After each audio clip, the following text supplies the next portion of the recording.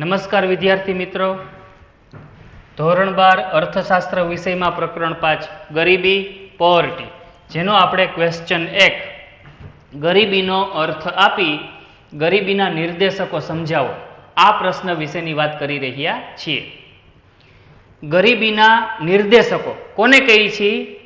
તો કે ગરીબીની કક્ષા અને તેનું બંધારણ દર્શાવતી બાબતો એટલે ગરીબીના નિર્દેશકો. ટૂંકમાં કેવું હોય તો ગરીબી દર્શાવતા પરિબળ એટલે ગરીબીના નિર્દેશક. આવા ટોટલ કેટલા નિર્દેશક છે? 11.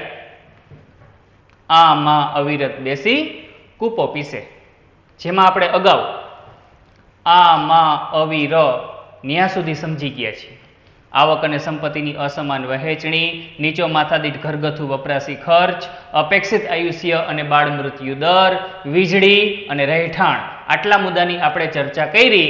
આજે આપણે ગરીબીના નિર્દેશક તરીકે છઠ્ઠો નિર્દેશક તબીબી સગવડ એના વિશેની ચર્ચા કરવાની છે.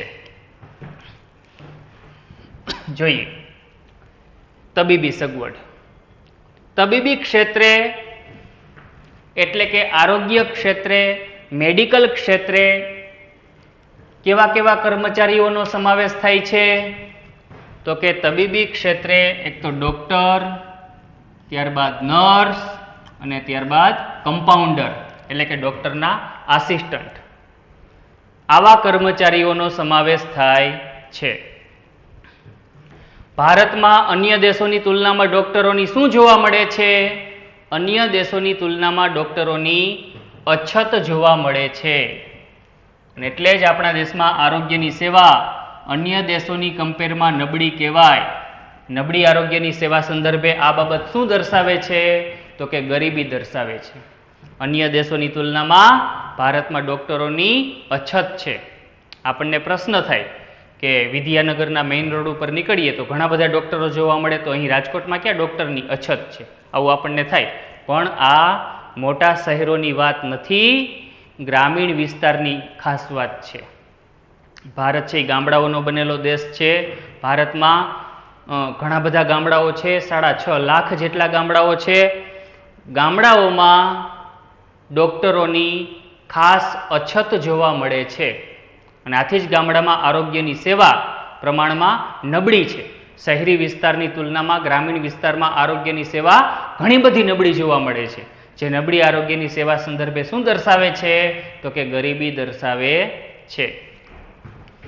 ભારત જેવા વિકાસશીલ દેશોમાં તબીબી સગવડ એક બાજુ ઓછી છે, બીજી બાજુ ગરીબોને પૌષ્ટિક આહાર મળતો નથી. એક બાજુ આપણા દેશમાં તબીબી સગવડ ઓછી છે, બીજી બાજુ ગરીબોને પૌષ્ટિક આહાર મળતો નથી. આથી જ ગરીબોની રોગ પ્રતિકારક ક્ષમતા ઓછી જોવા મળે છે. આથી જ ગરીબો છે એની રોગ પ્રતિકારક શક્તિ ઓછી જોવા મળે છે. રોગો સામે સામનો કરી શકે એ માટેની શક્તિ ગરીબોમાં ઓછી જોવા મળે છે. અને એટલે જ ગરીબો વારંવાર અનેક રોગોનો ભોગ બને છે અને એટલે જ ગરીબી દેશમાં વધે છે. ગરીબ લોકો જ્યારે રોગનો ભોગ બનતા હોય ત્યારે આવા ગરીબ લોકો કામે જઈ શકતા નથી, આર્થિક પ્રવૃત્તિ કરી શકતા નથી. આવા ગરીબ લોકોએ આરામ કરવો પડે રોગને હિસાબે, અને એના હિસાબે આવક બંધ થાય, ગરીબીમાં વધારો થાય. આવું થાય. જોઈએ આંકડાકીય માહિતી. અન્ય દેશોની કમ્પેરમાં ભારતમાં ડોક્ટરોની અછત કેવી છે આંકડાઓ દ્વારા સમજીએ. વિકાસમાન દેશોમાં દર 6000ની વસ્તીએ એક ડોક્ટર છે. ભારત છે વિકાસમાન દેશમાં આવે એટલે આ બાબત ભારતને લાગુ પડે. વિકાસમાન દેશોમાં દર 6000ની વસ્તીએ એક ડોક્ટરની સેવા ઉપલબ્ધ છે. એની સામે જો વિકસિત દેશોની વાત કરીએ, અમેરિકા, જાપાન જેવા વિકસિત દેશોની વાત કરીએ, તો વિકસિત દેશોમાં 350ની વસ્તીએ એક ડોક્ટર જોવા મળે છે. વિકસિત દેશોમાં દર 350ની વસ્તીએ એક ડોક્ટર જોવા મળે. એની સામે ભારત જેવા દેશમાં દર 6000ની વસ્તીએ એક ડોક્ટર. આને આધારે ખબર પડે કે ડોક્ટરોની આપણા દેશમાં કેટલી તીવ્ર અછત છે. જે વિકાસમાન દેશો છે, ભારત જેવા વિકાસમાન દેશો, વિકાસમાન દેશોમાં દર વર્ષે 1.7 કરોડ લોકો ડાયેરિયા, મેલેરિયા અને ક્ષય વગેરે જેવા સામાન્ય રોગોથી મૃત્યુ પામે છે. વિકાસમાન દેશોમાં દર વર્ષે 1.7 કરોડ લોકો ડાયેરિયા, મેલેરિયા અને ક્ષય જેવા રોગોથી મૃત્યુ પામે છે. આ સામાન્ય રોગ છે, છતાં એનાથી મૃત્યુ પામે છે, જે ગરીબી દર્શાવે. દુનિયાના લગભગ 2.3 કરોડ લોકો એઇડ્સ જેવા ગંભીર રોગનો ભોગ બન્યા છે. સમગ્ર વિશ્વમાં ટોટલ એઇડ્સનો ભોગ બનેલા હોય એવા લોકો કેટલા? તો કે 2.3 કરોડ લોકો, જેમાંના 90% જેટલા લોકો છે એ વિકસતા દેશો એટલે કે વિકાસમાન દેશોમાં જોવા મળે છે. કેટલા ટકા એઇડ્સના દર્દીઓ વિકાસમાન દેશોમાં જોવા મળે છે? 90%.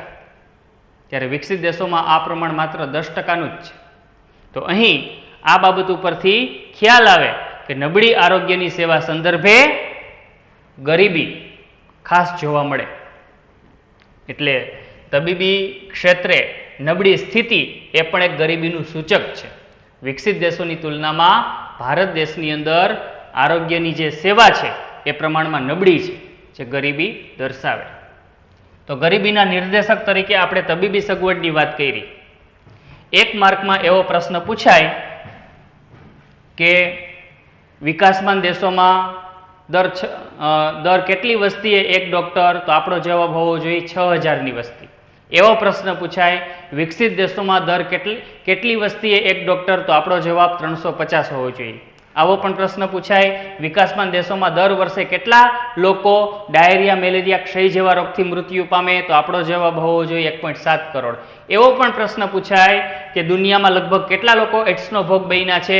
2.3 કરોડ લોકો. એવો પણ પ્રશ્ન પૂછાય કે જે 2.3 કરોડ લોકો એઇડ્સનો ભોગ બન્યા છે એમાંના કેટલા ટકા લોકો વિકાસમાન દેશોમાં જોવા મળે? તો આપણો જવાબ 90% હોવો જોઈએ.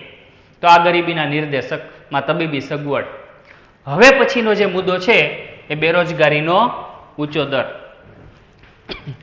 બેરોજગારીનો ઊંચો દર એ કઈ રીતે ગરીબીનું સૂચક બને, કઈ રીતે ગરીબીનું નિર્દેશક બને જોઈએ.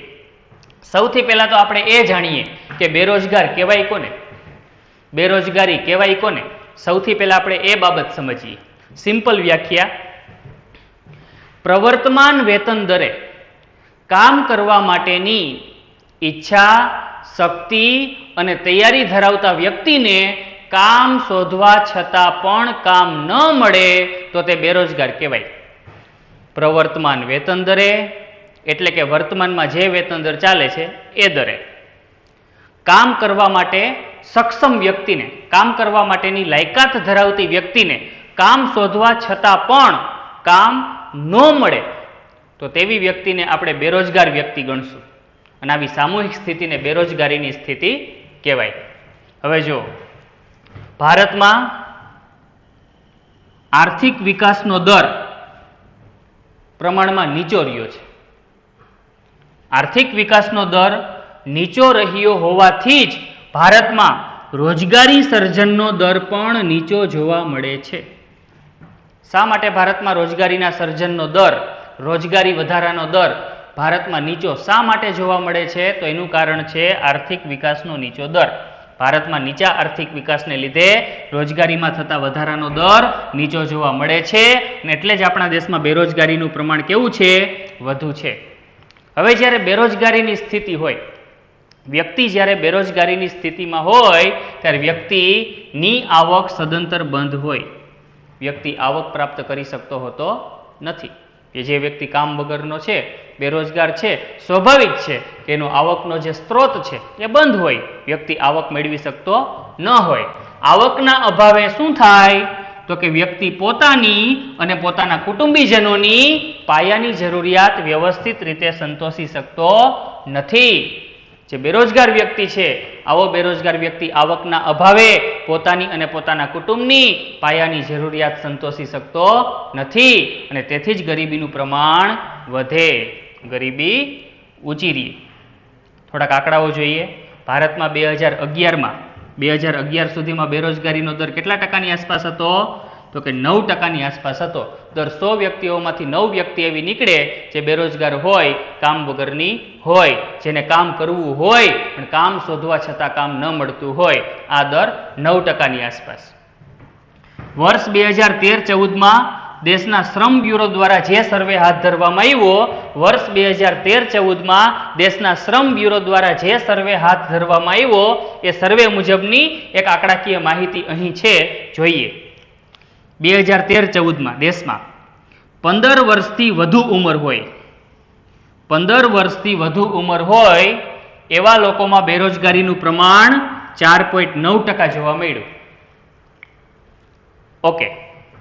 જ્યારે ગ્રામીણ ક્ષેત્રે 4.7% અને શહેરી ક્ષેત્રે 5.5% બેરોજગારીનો દર જોવા મળ્યો. આપણને પ્રશ્ન થાય કે ગ્રામીણ ક્ષેત્રે બેરોજગારી કેમ ઓછી, શહેરી ક્ષેત્રે બેરોજગારીનો દર કેમ વધુ? તો એનું રીઝન એ છે કે ઘણા બધા લોકો ગામડામાં રોજગારીના અભાવે રોજગારી પ્રાપ્ત કરવાના હેતુથી શહેરોમાં આવે છે. ઘણા બધા એવા લોકો છે જે ગામડામાં રોજગારી પ્રાપ્ત ન થવાથી એ લોકો શું કરે, રોજગારી પ્રાપ્ત કરવાની અપેક્ષાએ શહેરોમાં આવે. પણ બિનકુશળતાને લીધે ઘણીવાર શહેરોમાં આવ્યા બાદ પણ આવા લોકો યોગ્ય કામ મેળવી શકતા નથી અને બેરોજગારીનો ભોગ બને છે. આવા લોકોનું પ્રમાણ શહેરોમાં વધારે છે.